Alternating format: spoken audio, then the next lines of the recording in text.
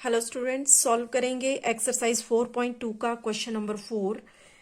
Solve the following equations हमें दी गई हैं जिनको सॉल्व करना है। तो ए पार्ट में दिया है 10p is equal to 100।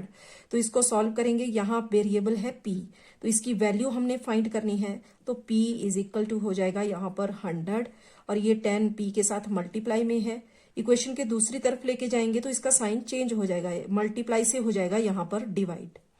Cut करेंगे तो 0 से 0 कट हो गया और यहाँ p की वैल्यू हमारे पास बच गई 10। आगे है इसका b part, 10p plus 10 is equal to 100। तो यहाँ भी वेरिएबल p है, तो 10p इज इक्वल टू 100 और प्लस 10 इक्वेशन के दूसरी तरफ जाएगा तो प्लस से इसका साइन चेंज हो जाएगा माइनस में, -10। तो यहाँ 10p इज इक्वल टू हो गया 90। p की वैल्यू यहां से फाइंड हो जाएगी 90 अपॉन 10। 0 से 0 कैंसल और यहाँ p की वैल्यू आ गई 9।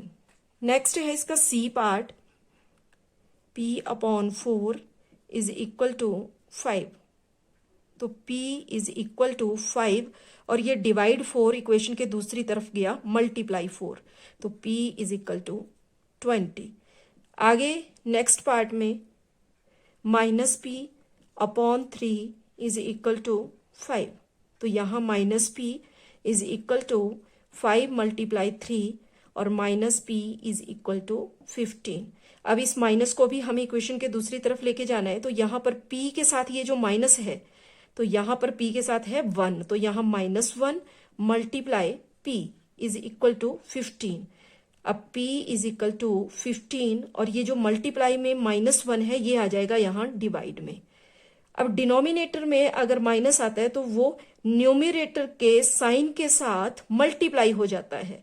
तो यहाँ न्यूमरेटर में दिया गया है प्लस और डिनोमिनेटर में है माइनस, तो ये माइनस मल्टीप्लाई हो जाएगा न्यूमरेटर के साइन के साथ।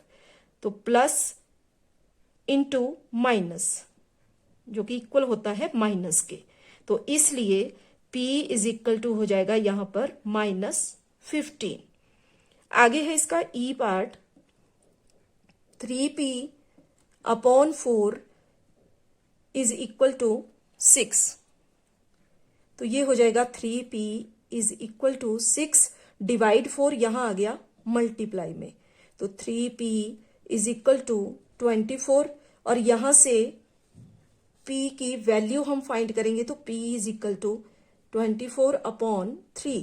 3 1 जा 3, 3 8 जा 24। तो p की वैल्यू आ गई 8। आगे है इसका f part, 3s is equal to -9।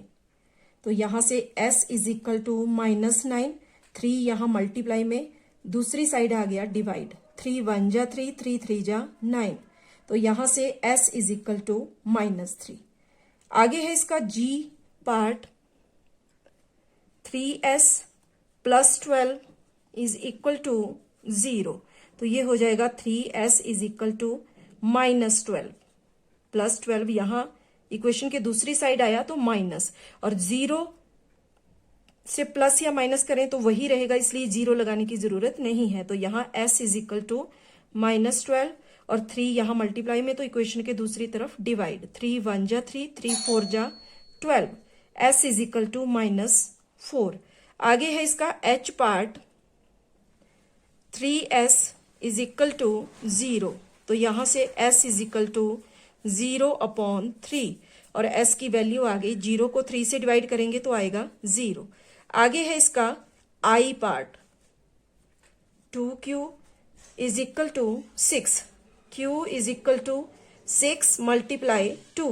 2 1 जा 2, 2 3 जा 6। तो q की वैल्यू आ गई यहां पर 3।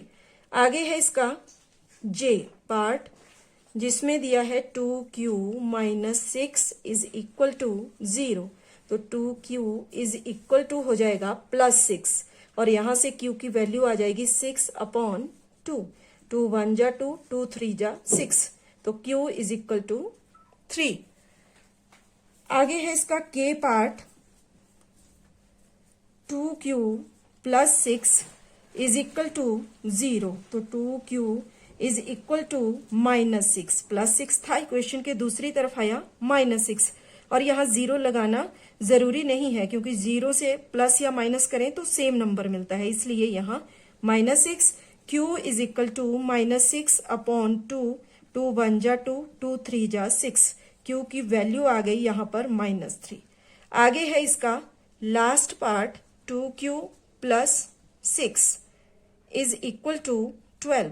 तो यहाँ से 2q इज इक्वल टू हो जाएगा 12, प्लस 6 चेंज हो गया -6 में, और ये हो जाएगा यहाँ q is equal to 6 upon 2, 2 1 जा 2, 2 3 जा 6। तो q की वैल्यू आ गई यहाँ पर 3। Thank you.